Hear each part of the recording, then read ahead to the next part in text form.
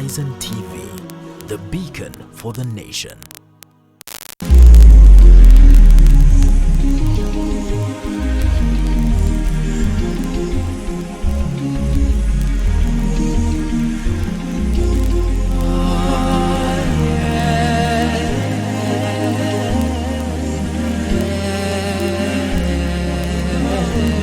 Thank you so much. Assalamu alaikum wa rahmatullahi wa barakatuh. It has been another crunchy week in the world of national politics. Not just national politics, but again, local politics has not been left aside. Talk about the Kibra by-election, which has been the talk of town. After a renowned footballer, Kenya's keeper, who has played for Inter Milan, Parma, not to mention many other international clubs that he has featured in, vying for the Kibra seat, not to mention Ndindi Nyoro's dramatic arrest in Muranga, and that was followed by protests in his constituency. Just last week, we spoke about BBI scoring its first win in Uasin Gishu County. Today, we are talking about different results where it is alleged that in Kirinyaga County, the governor, Her Excellency Anne Waiguru, allegedly paid some MCAs to skip the sittings where the Punguza Mzigo bill was going to be tabled. All that and many more will be talked about right here at the Live Real Talk. And joining me tonight to talk about this, our faces you've seen before. This amazing, young, vibrant, enthusiastic political analyst I'm talking about from my immediate left. The man who said that evil prevails when good people don't speak, and he believes he's a good person. Abdulhakim, Kigen, assalamu alaikum. Karibu sana. Thank you. And we have the man himself, the man who has been quote-unquote supporting the dynasties, as Said Kuri says, Munene Mutwiri. Karibu. But it's allegations that were put on me, and I didn't have the opportunity to respond to my very good friend. You know, the interruptions have already started, and I thought we had discussed on that. Okay, gentlemen. Remember, you can also be part of this conversation on 0754 707 707 is our call-in live, and 21951 is our SMS at Horizon TV Kenya and all our social media platforms. Let's talk.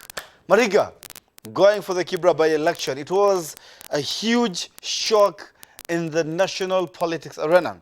Quote-unquote, he's being referred to be a project of the Deputy President, His Excellency William Samoei Ruto. But again, he has come out openly more than once to deny the claims that he is a project. And he says that he wants to vie for the seat to give back to the people of Kibra, or generally to give back to the society. Abdulhakim, Kigen, I'm going to start with you. What's your take on that? For me, I don't understand where the conversation around Deputy President, fronting Mariga. For me, the issue is neither here nor there. And if Mariga himself has come out, many times saying that I am not affiliated to, nobody put me in this position, I myself, in my own mind, put myself in this position. I don't think, if he himself is denying it, I don't know why anybody else should be propagating that thing. And Faisal, looking at it this way, Jubilee is a divided house. Yes, it is, and it goes without saying. But again, handshake is not a reason for Jubilee not to have put up a candidate, because ANC is doing the same. ANC is part of NASA. NASA is part of handshake, and Kalonzo also had aspirations. Is that really part of handshake, or the Right Honorable Prime Minister part of the handshake? It is quite a complicated affair, but I have heard the sentiments of ANC leader Musalia Mudavadi, more than once, saying that he supports the handshake. So for me, the thing is, how would you call it a complicated affair? We only saw one principal taking part in the handshake. How complicated is it? Others were brought by. I am not. I have my reservations about handshake. I wouldn't. That is a different conversation altogether. Yes. But for me, Mariga has a right to vie, and Mariga is. His chances are high. You can't rule him out. And as we saw through the week that Beatrice Muli ruled out his candidacy, the IEBC returning officer. Yes. And the IEBC returning officer, Beatrice Muli, was written to by the 3 commissioners of the IEBC, that is with the chairman and 2 others. They wrote to her and told her that she should reinstate McDonald's Mariga candidacy, and she said she declined and said that according to section 51, if I'm not wrong, of the Electoral Act, that it states that McDonald Mariga, the issue with him is that he registered later after the seat had been declared vacant, of which that automatically rules him out. Yeah, and for me, Faisal, if you look at it, you know, if the three commissioners, you know, wrote to Beatrice, for me, I am starting to take on Boni Khalwale's mentality and argument. I'm starting to drift in towards his argument that maybe these are outside forces who were beaten in the Jubilee interview, because it wasn't a primary, really. Yes. And now they are coming back to haunt Mariga. But the case, Mariga has appealed, and now it's going to go to the commissioners. And I think Mulia sort of played herself, because if the three commissioners wrote to her, and now the case has been appealed to the three commissioners, what are they going to do? The Dispute Resolution Committee, which sat today, and of which the person who actually registered McDonald Mariga, Mr. Ismail Yassin, of course, being a witness in this affair, appeared today before the Dispute Tribunal of the IEBC, and it's set to give its ruling on Monday. And you said something that he stands a chance. I'd like to bring you in, Mr. Munene Mutwiri. Do you think Mariga stands a chance in the coming by-election in Kibra? You know, let's look at the interpretation of the law. Let's put emotions and emotives in the issue aside. The law states a person, I think a comment went out that Mariga cannot be registered as a voter. I think that's a misconception. The Constitution allows for continuous voter registration if there is an election or if there is not an election. What happens when the Speaker of the National Assembly declares a vacancy of one of the constituencies, then IEBC is obligated to stop the updating people in that constituency. So because in that particular constituency, not the whole country. Not the whole country. Exactly. That's why Mariga was registered in Stare constituency. Yes. But he can still vie, is still eligible to vie for Kibra parliamentary seat. What he can do, he cannot vote himself because he is not in the Kibra. He cannot. He was registered in another constituency. But according to the Election Act, it does not specify where you should be registered. For as long as you're a registered voter, then you're eligible to vie for an office. It does not specify, does it? Exactly. So my point goes to the question that you asked: is Mariga still viable to vie for the Kibra seat? About his viability, I think we are waiting for the verdict, which is going to be delivered on Monday, because the sitting that contained Mr. Ofula Chebukati, Commissioner Boyamol, and Professor Abdi Guliye, who sat at the tribunal, are set to give the judgment on Monday, of which, if McDonald Mariga will still feel displeased, then he can proceed to the High Court to appeal further. What we should put that into context. What the returning officer said, she said that Mariga is not in the Kim's list as the ones that it's updated, the one that she had. That goes in because he registered after the seat was declared vacant by in August 14th by the Speaker of the National Assembly. But then the Constitution goes allowed to give the leeway for anyone can still be registered as a voter. So there is a law. The Constitution acts, but the Constitution subsedes that. So it goes about the issue is the acknowledgement slip. IBC claims the acknowledgement slip is not a guarantee that you are registered. Mr. Munene, the question was that is matter which is definitely out of our hand. But the question was, as per Abdulhakim's Kigen said, do you think McDonald Mariga stands a chance in the Kibra by-election? Of course, you need the question. I think that's a two-sided question. When you ask that question, does he stand a chance? Does he stand a chance in the political arena to be able to have a party that will go with, or will the law allow him? So I think when the law, if the question, when you go to the root of will the law allow him to stand that chance, something that basically you cannot say. You cannot dictate whether the law allowed because this matter. We already know the verdict. I mean, my prediction is 90% correct. I mean, from the move that we saw, based that on what? 90% correct based on what? Chebukati, the three commissioners together with Chebukati, being the chair, they wrote to Beatrice Muli and told her to reinstate That was them. Mariga's That was 2 days ago. I think that And today What are the think chances? That, What are that's the a chances? misconception. We cannot because say the chances Faisal, because we have to wait until on because Monday for the verdict to we come are in out, a country that is governed by the rule of law. Yes. People don't take directions as Kigen tries Which is to subject put to from interpretation, their and that is bosses. why. Yes, the returning officer took counsel from the lawyers of OIBC. Yes. That advised her that she has the right to nullify Mariga. So the chairman is not above the Electoral Gentlemen, Act. the question So here we are asking, ODM, Kibra being traditionally an ODM zone, being Raila Odinga's political bedrock, not only just in Nairobi, but generally the whole country. A Jubilee candidate like MacDonald Mariga Wanyama, does he stand a chance? That was the question. It doesn't. On the eligibility, So let me give you on the the chances. legality, on eligibility legally, I think that is out of hand because the tribunal sat today and yet to deliver a verdict on Monday. We cannot talk about that. What I'm asking you is, does he stand a chance? It doesn't stand a chance. Why do you think so? Kibera. Kibra is the heartbeat and the birthplace of ODM.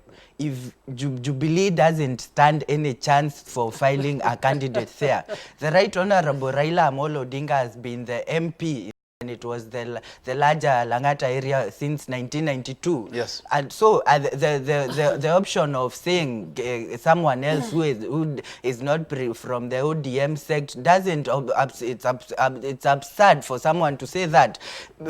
A sect of Jubilee. So it's a losing battle. It's a losing battle for the sect of Jubilee Party that is trying to sponsor a candidate to try and test the waters in the stronghold of Right Honorable Raila Amolo Odinga. Thank you so much. Mr. Kigen, as you're responding to that, nationally, the Kibra by-election has generated a lot of heat in the national political arena, and it is seen as a Ruto versus Raila affair. Talk of supremacy battle, talk of the run ahead of 2022. Do you think this is a Ruto versus Raila affair as it is being perceived? And it has been made to look like a Ruto and Raila affair, and so it is a Ruto and a Raila affair. Do you think because citizens are of analyzing by putting it as a Ruto versus Raila affair? I don't think they are of analyzing, because we've seen that the deputy president has come in support of the candidate who was picked by Jubilee through the interview process. Has he come out to support him? Absolutely, yeah. He said this is our guy and we'll front for him. And Faisal, let me give you why Mariga has chances. I think Faisal, you shouldn't allow that to pass. You shouldn't allow that. These are Mariga's Let chances. Let it finish. Okay. First of all, Mariga appeals to the people, appeals to the youth, and this is how it's structured. You know, when you go to the informal settlements, you know, and allow me to call it ghetto, sort of. The stories that appeal there to the youths who are there is the thing that this guy was once in a ghetto and he made it, you know, to play in Inter Milan and win Champions League. The success, you know, the success kind of mentality, it appeals to the people. That is a plus for him. He's youthful. He appeals to the youth. The youth want somebody of their own. Number 3, Mariga has money. For an election, you need money. That is absolutely, you know, that goes unchallenged. But then you look at it this way. You also look at who is Mariga vying against. We have Bernard Imran Okoth, and Bernard, he won the nomination with 4,300 votes, and the person who was following Orero had 1,200 votes. The margin should speak something, and I think for Bernard Imran, he really mastered something. I think he's a good strategy in my eyes.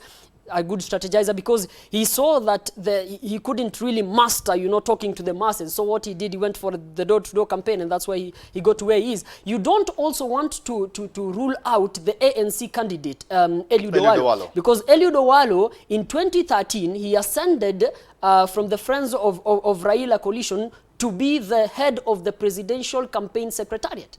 And in 2013? In 2013, but in 2017 they fell out with Raila. So this is somebody who knows how the systems of ODM work, because he has been an aide of Right Honorable Raila Odinga. So you don't want to rule him out. But he fell out with ODM, particularly in May 13th, 2017, after he lost the nominations. And we're going to talk more, and we're going to talk about that and more after that, because you mentioned something about McDonald Mariga Wanyama appealing to the youth, being a youthful candidate and quote unquote coming in the ghetto, coming back to the ghetto and appealing to the constituents with flashy lifestyle and money.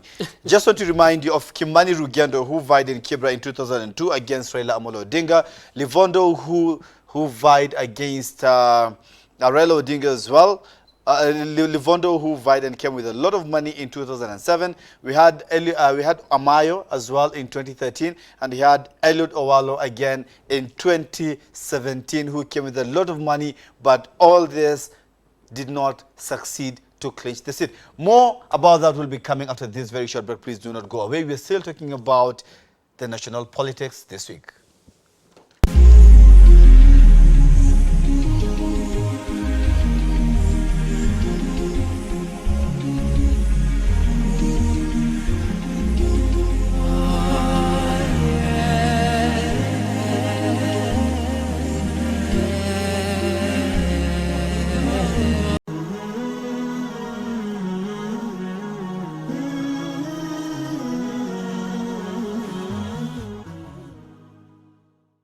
Are you finding difficulty to find us on Azam decoders? Rescan your Azam decoders and find us on channel 008. Horizon TV, the beacon for the nation.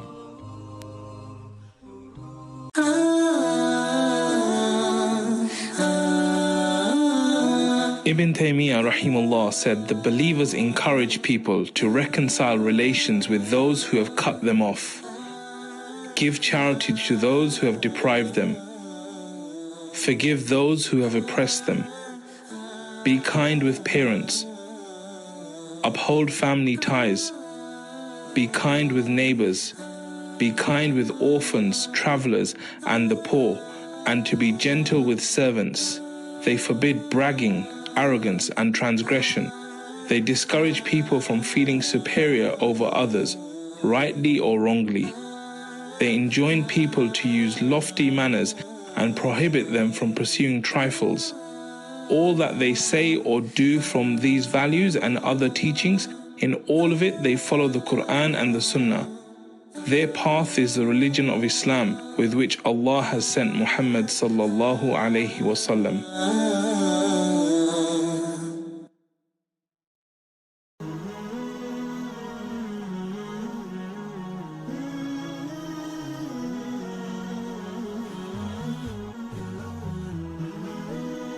Horizon TV, the beacon for the nation.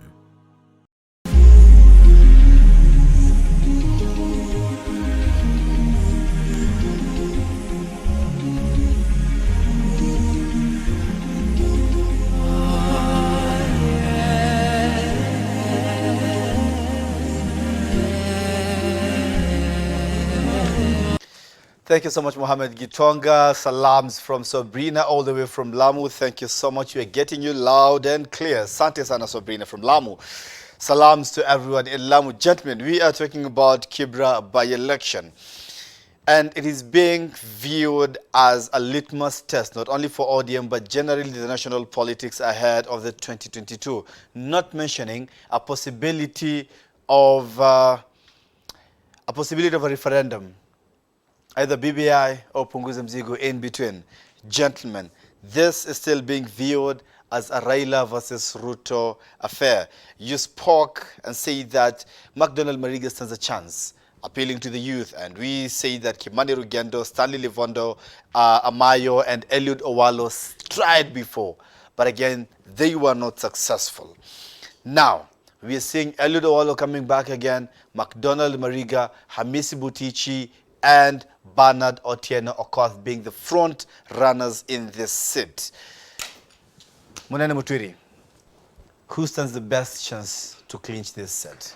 You know, in this set, the likes of Kigen loves to diverge from the truth and try to go about telling us a lot of stories that I don't think they make any sense in it. Traditionally, Kibra has been an ODM stronghold. The only person who stands a chance is the person who will be endorsed by ODM. That's the only person who will get voted in third. That is Bernadette Okoth, alias Imran. Yes, he has the upper hand. He has been running the constituency when his brother fell ill. He has been the chairman of the CDF. Literally, he has been like the CEO who has been running the intricacies of how money will be used in the county. He is the brother, the same blood of the late Ken Okoth, and at the end of the day, he has Baba behind him, supporting him, holding his hand. So when you look, I think it goes beyond logic for anyone to think anyone will beat ODM. Kibra is the birthplace and the home place of ODM, and I will tell you for a fact, if ODM loses the seat in Kibra to NAC, to Wiper, to either Jubilee or to an independent candidate, that will be officially the end of ODM as Am I taking that as your endorsement for Bernadette Okoth? You know, Kigen, stop. Should I take that as your endorsement? Is this a yes or no? Should I take no, that I'm as not. your endorsement? I'm not making an endorsement. Oh, yeah. This is my opinion and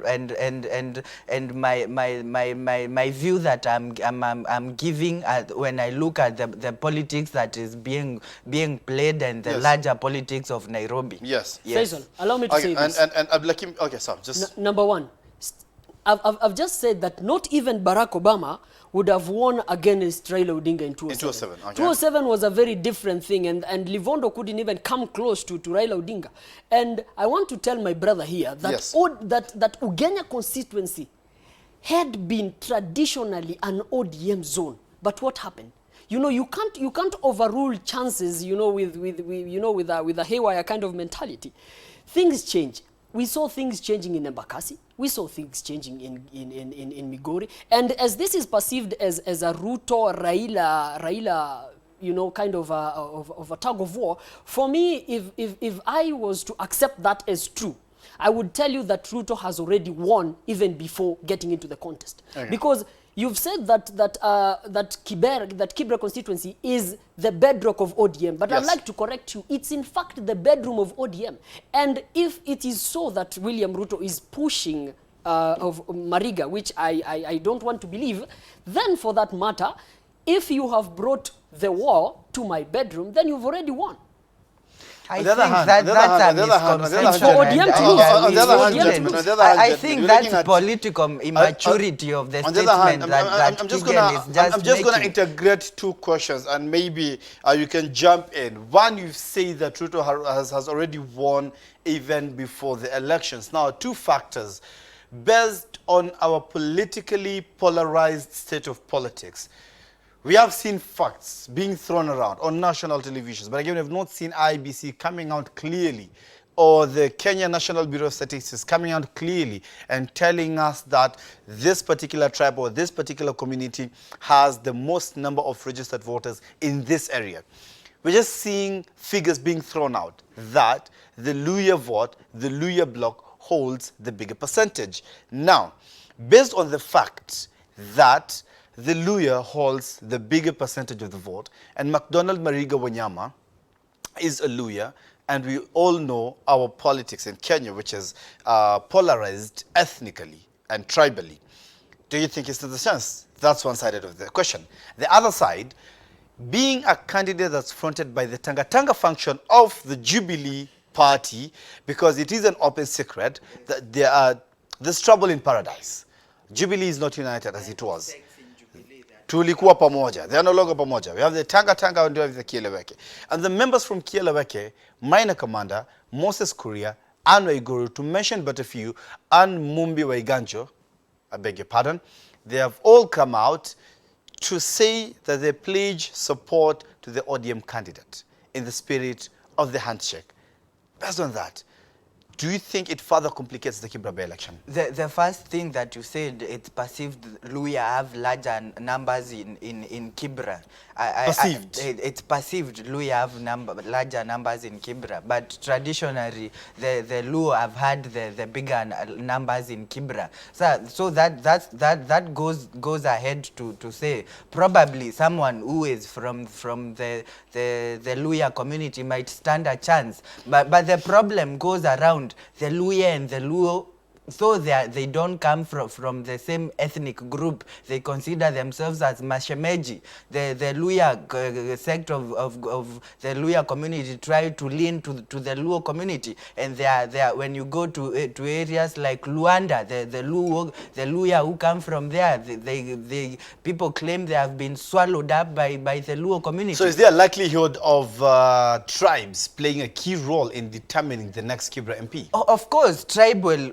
The ODM has dominated the politics of Kibra because it's perceived a lot of Luo people live there. That's why they get the numbers. And we can't run away from the fact that we practice the politics of tribalism. Okay. So the fact that we are going to have, we have a Luo person fronted by ODM, probably the Jubilee wants to position someone who will be able to split the Luya vote, and probably someone, let's say from the ANC, might be able to upset ODM in that. Going back to the other thing that you say, the other sect of Jubilee supporting the ODM candidate, that shows the fight and the split that is almost going to happen in Jubilee.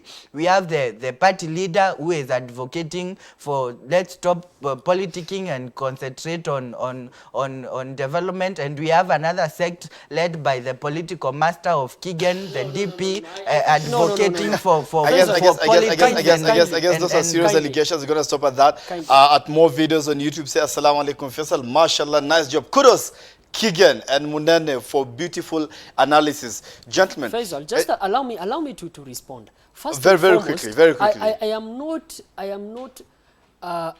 allied to any of the political field. I just look at facts, you know, from a bird's eye view. And for me, this is the thing. When you talk of the politics of tribe in Kibra, that is perhaps the biggest nightmare for ODM, because the people from the Luya and the Luo community have been in ODM, and they've been like Siamese twins, you know, stuck at the hip. And now, you know, separation of them is going to be a problem for the ODM candidate, because, as you have said, it is perceived that the Luya numbers have superseded the Luo numbers. And coming back to this issue of the MPs who are, Jubilee MPs for that matter, who are supporting the candidature of Bernard Imran Okoth. And for me, if you look at these candidates, first and foremost, Moses Kuria, I think I've had him in several occasions, and for me, he's lukewarm. I think he's still in the middle. I can't substantiate where he stands. If you look at Minor Commander, number one, Minor Commander is having a challenge with one thing. Minor Commander is a nominated member of parliament. That should speak something to you. It speaks something to you that Minor Commander doesn't command masses. You see? Number two, we come to Ann Mumbi. The thing with Ann Mumbi, yesterday we saw that the MCAs, and from the information that I got from the ground, is that the youth leaders, they demanded that one of the MCAs speak. And when the MCAs stood up when Anne Waiguru, Her Excellency, was commissioning a market, and when the MCAs stood up, the MCAs said that we love you, our governor, you are doing great work for us, but please, out there, don't say the people of Kirinyaga are allied to this place and this place, because even us, we have our own opinion. Don't speak for us. And that spoke something for me. And let me tell you one thing, Faisal. My brother has said here that that Jubilee is not, you know, there are two sects now. And I think it will be foolish of me to disagree with him. And this is particularly because power has drifted, Faisal, if you haven't noticed. Power has drifted in the sense that you find that, and I said this in the morning, most of the current MCAs, MPs, women reps, governors, they want to be re-elected in 2022. And to be re-elected, it is good that you align yourself with somebody. But then for this case currently, according to the Kenya Constitution, Uhuru Kenyatta will not be of much help in 2022 because he's leaving office. Okay. So they tend to look at somebody who's still in power. Thanks so much, which is also quite very early to preempt that he's not going to be in power or in office, because you don't know how tables are going to turn, whether BBI or Punguza Mzigo. We still do not know, which that comment leads us to the second part of our conversation, psychophancy in politics. This is not the first time. Ndindi Nyoro Kiharu MP, in a local interview, in a local TV station interview, went out clearly, and I quote, "I'm a sycophant and I don't regret that name." I'm a sycophant of President Uhuru Kenyatta and his deputy William Samoei Ruto, he said. This is reflected further. It just reminds me of once the majority leader, Honorable Aden Duale, once said that if the president and his deputy would order him to jump from KICC all the way down, then he would do so without thinking twice. These are our leaders. Let's talk about circumfancy in politics. Mr. Munene Mutwiri, where does this lead our quote-unquote democratic politics in this nation? One thing, we practice the politics of tribalism. Every community has their political leader who is perceived as their kingpin. There is the central region of Kenya and the larger Mount Kenya region. The leader, the de facto political leader there is perceived to be Mr. Kenyatta. The political head in the Rift Valley is perceived to be the DP. The political figurehead in Western and Nyanza region is perceived to be Raila Odinga. Anyone in those regions that wants to wield political power is bound to invoke the name of the political master for them to be able to draw in political power from the citizens. Of course, those are assumptions because you saw the Ugenya seat. No, Faisal, Ugenya seat won by an independent candidate. Those are not the by-election. Those are not assumptions. We saw Okoth Obado winning the governorship position without the help of the Right Honorable Raila Odinga. So that's what I'm saying. Those are simple allegations. Those are not allegations. Those are not assumptions. That's the reality. Then how do you explain Okoth Obado's being in power? Let me give you a simple explanation. Because the devolvement of how people have been voting, and we have small devolvement of political heads from the county and the villages and that kind of a thing. We have the national head who is the de facto leader of the politics. But the people below there, you can play your own small cards, but you don't go and discredit your political master. That goes ahead to the likes. We have seen people in the MP of Tigania East, Mpori Abori has always been nominated, elected MP in the ODM seat. He has said he will be voted in ODM, but he has never discredited the political figurehead of the larger Mount Kenya region. And I do not dispute that. That's why I'm asking you then, how do you explain that election? How do you explain that position rather? How do you explain Okoth Obado's position? How do you explain the just concluded Ugenya by-election that was won by an independent candidate who beat the ODM candidate in the Nyanza region? We need to go back and look to the numbers in 2017. People voted for... That's in 2017. You're talking about recent times. Yes. Let me give my point. We need to look at the numbers of 2017. How many votes in a constituency did the MP get compared to the governor, compared to the one who was running for the president? You get... Probably in a given ward, people voted a particular person from a different party. They voted the governor from a different party. They voted the senator from a different party. But when they came to vote for the who was running for the presidency, the overwhelming number voted for a particular given person. I think if you have those numbers, you can be able to explain. That's why it's claimed a particular region is controlled by this person according to who got the vote. So I think the question will go, who got the most votes, the Mr. Odinga or the governor? Fair enough. Very quickly. Number one, the thing here is, for me, let me play the devil's advocate.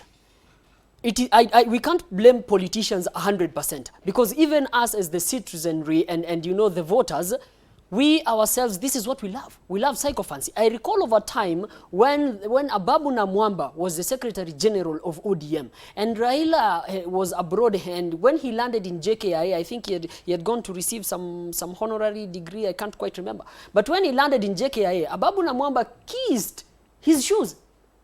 And when they went to Kisumu sometime later, when the leaders from Nyanza and Kisumu, Anyang' Nyong'o and other leaders, the crowd said that stop talking and give the microphone to Ababu Namwamba. Why? Because Ababu Namwamba, that was the kind of politics he was playing, and that is what we are loving. But one thing that there is light at the end of the tunnel, you know, because I was in Kibra the day before yesterday, and when I was talking to people that what happened to Chris Darling, they told me that Chris Darling failed in the primaries majorly because he knelt down before Raila Odinga. Kenyans are becoming smarter. I'm happy. So you think psychophancy and tribal politics and governance is towards the end? It's towards the end. I'll say the person who gives you a livelihood and person who gives you a lifeline in this world. If they tell you to jump, you don't ask why. You ask how high. Far? So that's the point that political leaders, and I think most of us even practice. If your employer tells you to jump, you don't ask why. You ask how high do you want me to jump, sir? And that's the question. Yes, and that's how we demand from people, from their elected members. If the political figurehead says you jump, you jump. You don't, questions come later. And I think then that's the kind of society we love, and that's the kind of society we are. Exactly. So before we talk about the Punguzam Zigo in Kirinyaga County, that is something that was shot down by a number of MCAs actually not meeting the particular necessary threshold to pass the bill, or rather to discuss the bill. It was not discussed in the particular house, which led to a Twitter battle between Her Excellency Anne Mumbi Waiganjo and Dr. Ekuru Okot, the party leader of Third Way Alliance. We're going to talk more about that after this very short break. Of course, after finishing Kieleweke versus Tanga Tanga. Don't go away.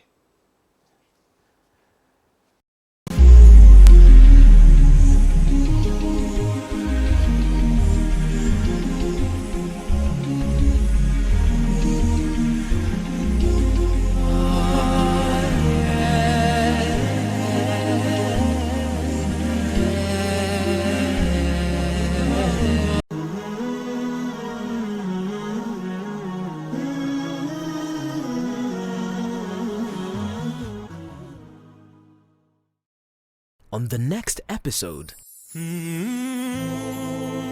how many a times we have leaders who are Muslim leaders and they don't want to stick to Islam and make the people follow Islam and build the people as good Muslim because of the fear of their throne, for one reason or the other. Maybe because some superpowers will never allow them. Maybe because they think they are protected by them. If they try to follow the straight path, they actually will be overthrown. Maybe because they think that if we have democracy, we will not have the power we have. Maybe because they think the power we have, we are owning almost the whole kingdom or whatever that may be. But now, if we want to practice really Islam and justice and democracy and everything, then we will lose these things.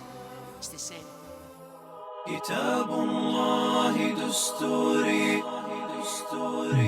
Are you finding difficulty to find us on Azam decoders? Rescan your Azam decoders and find us on channel 008. Horizon TV, the beacon for the nation.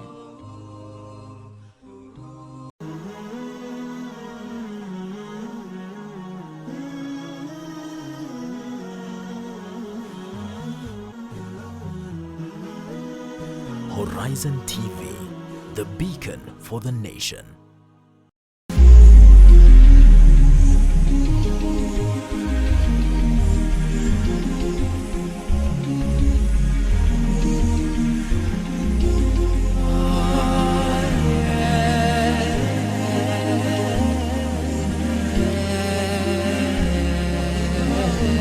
Yes, thank you so much once again, Mohammed Gitonga right there at the gallery. Salute you, my brother. Willis Moniki, thank you so much for watching us from wherever you're watching us. Asante Sana, that is Munene's good friend. Tanga Tanga versus Kieleweke. This politics is currently affecting the national political arena. It is shaking the national political arena. We are seeing more people pledging their allegiance to the Tanga Tanga team. On the other hand, some more people who are trying to align themselves to the president, quote unquote, Kieleweke. But the president has not come out openly and say that I am leading Kieleweke. On the flip side, Honorable Ndindi Nyoro, on a national TV station interview, went out and said that they are being punished for supporting Deputy President William Ruto. And he went ahead and mentioned names, so that the person fighting them is the Honorable PS of Interior, Mr. Karanja Kibicho. How true are those facts, Mr. Munene Mutwiri?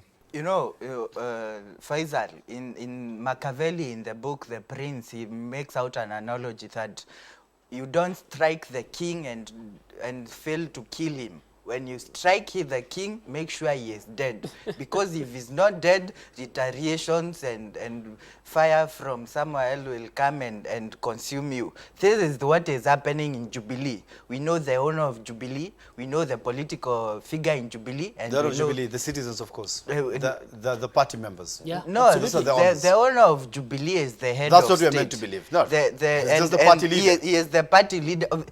Our political The parties members can vote out the chairman. Our political parties in this country are held by people. KANU was Moi. When Moi left, KANU died. PNU was Kibaki so? When Kibaki... It's true. When Kibaki left, PNU died. Party. And right now, Jubilee is Uhuru. And you see the two sects that are going on.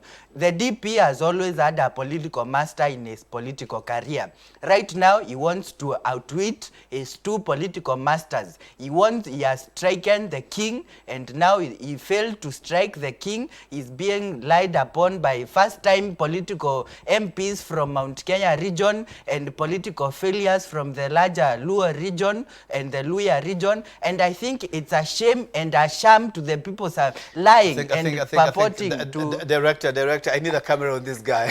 And I'd love to take his reactions as Munene is talking. I think Kigen is a person who tries to play a lot of stories and theatrics, trying to distract the discussions, to make stories and other things. His reaction so, as I was Munene saying, in the larger Mount Kenya region and the political failures that are in the Luo region supporting the DP, I'll say that and take your money to the bank. The people that are supporting the DP, come 2022, they will be shouting from the bank benches of the opposition in the National Assembly, where you will be the official opposition leader in the government. You don't strike the king and fail to kill him. But at least they'll be elected. That's what you say. At least they'll be elected. In whatever position you will be elected, you will be in the opposition, and someone else will be in government. Yes, you will be elected from where he come from, where he was the MP in Eldoret North, but he doesn't stand a home. chance. He doesn't stand a chance in national politics. Faisal, let me start by this. When you say that these first-time MPs, they don't command any masses, let me take an example of His Excellency Ndindi Nyoro. You mean honorable, not honorable. You don't honorable. Stop the theatrics that I was talking about and, misleading statements to the nation. Let's give this conversation purpose and you know let's give value to our listeners. Okay. If you look at the kind of the people who came out in support of Ndindi Nyoro when he was arrested, you know that should speak something to you. Number two, when you come to, let me give you the statistics now. For all the MPs, the Kikuyu MPs in Rift Valley, in Nakuru County, you come to the ones in Nyandarua, all these counties there, and up to the one in Lamu. There are 80 MPs, okay? And let me tell you for a fact, 68 of them are in Tanga. Let me quantify my argument by saying this. We saw some weeks ago that the women rep of Kiambu, Muthoni Wakashomba, she came out and said that out of the 12 MPs together with the governor, the whole caravan, only 4 are in support of Raila Odinga's initiative. And the rest are in Tanga. The women MPs? No. All the MPs, the members of parliament sitting in the National Assembly together with the governor. I have quantified my argument. Coming back to another of course, that is her opinion. But all the members have not come out to ascertain that claim as a fact. Things happen at night. I will tell you that, Faisal. Let me leave it at there. Coming back to the issue of Munene Mutwiri, where he talked about political mastery. Faisal, I mean, the thing of political mastery is a colonial sort of mindset, and I thought we are independent. It's been 50 years. You don't need to be a political master to serve Kenyans. You don't need to be under the umbrella of somebody, you know, and singing songs to somebody. And what is the problem with you coming out outrightly, standing by yourself and taking the trophy home? I mean, we've seen people who've come out through independent political, without having a political party. Currently, we are having 7 members in Kibra constituency vying without a political party. I mean, this sort of mindset we have to debunk. And this swings along with the kind of mindset that, I don't know, if you are not from this kind of family, of this kind of things, you can't make a lot of money. You know, if you have money, you are a thief. You don't come. You need somebody to hold your hand to become a leader or to achieve some things. Let me finish by employing our viewers in the wise words of the Deputy President, that let not those who have the luxury to choose between white meat, red meat, or any other color of meat for that matter, come into the way of people who are simply asking for a meal. Interesting. Munene Mutwiri, do you think members in the political scene allied to the Tanga Tanga are being victimized? Because we saw in the recent scuffles in a church where it involved Ndindi Nyoro and Minor Commander, but again, Ndindi Nyoro ended up being sought for, and we haven't heard anything of the same from Minor Commander's camp. Do you think they're being victimized for supporting the Deputy President William Ruto? These are the retaliations that come when you try to strike the king and you fail in that. Of course, they are being targeted, and it's naive for someone. And do you think it's being fair in a democratic state? It's not fair, and it's not the right way. We need to have a democracy where disagreements doesn't mean we fight over it, or doesn't mean the likes of victimizations and that kind of a thing. But we should understand there is the political act that states if you are given a political seat from a political party, you have to follow their strategies and what they put in place, the way forward for them. So when the head of states, as the leader of government and the head of Jubilee, says let's stop politicking, and then some small fish somewhere wants to try and test how much he is trying to threaten them, I think you will end up getting the backlash from the one who wants the power. But the president never said anything of that sort. Neither has he come out to show that he is the one behind this. Of course, you don't need to have a political scientist. So don't you think these are simply allegations set against the head of state? They are not allegations. Let me give you an example. The CS for Agriculture, Kionjuri, had a meeting in Nyeri. The member for Nyeri, Wambogo, came there with goons, distracted the meeting, they chased him away, nothing happened to him. The case of Ndindi Nyoro and Minor Commander, nothing happened to them. They are allied to the president. Something happened to Ndindi Nyoro, nothing happened to Minor Commander. Nothing happened to Commander. They provoke the name of the president, and it seems the security forces don't want to go near them. So you only need to look when it works like a dog. You mean invoke? Yes, they invoke the name of the president, and it seems the security forces don't want anything to do with them. So I think it goes around to say when it looks like a duck, quacks like a duck, walks like a duck, it's a duck. But you haven't seen it. Faisal, remind me, are we an independent country? Please remind me. Please remind me. We should be. Because independence for me means the freedom of supporting whoever you want to. You know, it speaks, and this, it really undermines the simple rights and freedom, such as freedom of expression. You know, when did it become a crime? And I have never seen it anywhere in the Constitution to support somebody. You know, I mean, the president right now should remove his gloves and say, now it's you or it's you, so that we stop, you know, wasting time and, you know, victimizing other people just because of their sentiments. I think it's not the issue of if... He has realized power has shifted, and that's why you can't say it's here or there. I don't think it's the issue of... The same people who are crying that they're being victimized, some times ago, they were urging the president to rule with an iron fist. Exactly. And now it's turning against them. when I think it is not the issue of if we are independent or not. Of course we are independent, we rule ourselves. The issue comes, how mature is our democracy? Because it's the level of maturity of our democracy that gives leeway to the liberty of expression, and one is allowed to speak their mind out without infringing on the rights of others. But it goes to show how much, of course, compared to other East African or Southern Sahara African countries, our democracy is considered as one of the most mature. But it shows how much far behind we are as compared to European countries or in North American countries. It goes, you cannot criticize the president, you cannot criticize your political party leader, you cannot criticize someone who seems to wield more authority than you. State agencies, because they are also not independent, they will be used by those people in power for you to face repercussions from them. That's the hard reality in a country that we live in.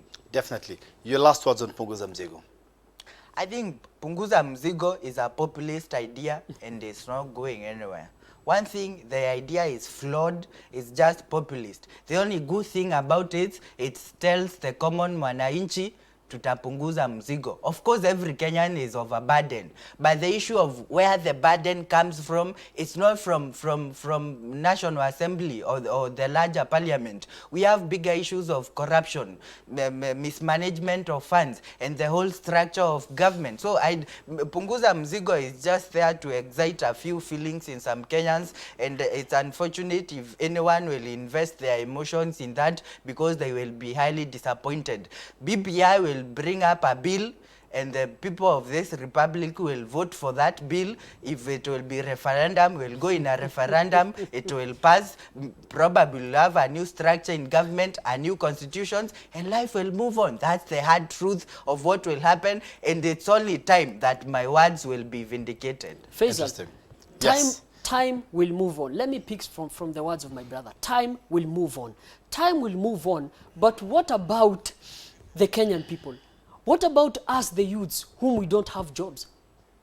What about the children who are going to schools and they are sitting on stones? What about them? Life will continue, yes, but what about these people? Punguza Mzigo is not perfect, but we cannot rubbish it just because some leaders have told us to rubbish it. You know, Punguza Mzigo, people only highlight the reduction of the representation, you know, to 147 members of parliament, but they don't look at other things. They are very important and vital things that Kenya needs at the moment. Like the corruption cases, Punguza Mzigo proposes that it should be dealt with under 30 days. And you know, but I am forced to, and I'm persuaded to believe more in Punguza Mzigo, because looking on the other side at BBI lacks confidence and lacks legitimacy, because I only see these people in 5-star hotels receiving reports from some MCAs and some leaders that I don't know. I want to see these people down there in the dust where the thing happens. Interesting. Interesting. If you don't know how hot this show has been, this is my glass, empty. And I started with it was full. Anyway, my ticket, as I'm shifting to this camera, my ticket to the Slumberland tonight are quotes by two great gentlemen. But before that, I'd like to have shaken the hands of these gentlemen, and I'd like to have them shake hands. Political rivalry does not mean enmity by any chance. It's not so differing in ideas. Ideological disagreement. Thank you so much. It's a misconception. People think yes. So thank you so much. So gentlemen, before we leave the set, I want to give them a ticket to the slumber, because some people will be heading to the Slumberland. And my ticket to the Slumberland tonight are two quotes. One by Alan Mulally. He says, leadership is having a compelling vision, a comprehensive plan, relentless implementation, and talented people working together. Ken Blanchard echoed that by saying, leadership is not about you. It's about investing in growth of others. We have been talking about leadership and leaders in this show tonight. You, the voter, you, the Mwananchi, the Wanjiku, has the opportunity to select your leaders. So that is leadership. of all the aspirants or candidates who come to seek you votes and beg you for your votes, then who fits that criteria? Who do you think can deliver what you just said? Thank you so much to all my crew, Suleiman Nachas of Tumbo, Nasser, Muhammad, we have Muhammad Gitonga, we have Isa Esau there at the gallery, we have Hamed Salim at the gallery, not forgetting Sadiq and Bitham, who is our social media representatives. Thank you so much. On behalf of my camera people, we have Kassim behind this camera. Kassim, behind this camera. Can I get this camera just to say hi? Yes, that one. Thank you so much. We have Kassim behind this camera, this particular one. And of course, we have this camera that the person behind it is none other than Faizan. Okay, I don't know where Binyamin is today. So, gentlemen, our dear viewers, thank you so much, gentlemen. Thank you so much for making this show for what it is. Our dear viewers, see you next week. Same place, same time. I've been your host, Faisal Kassim, and this has been the Live Real Talk. Tuneni, gentlemen. Tuneni. Tumefunga.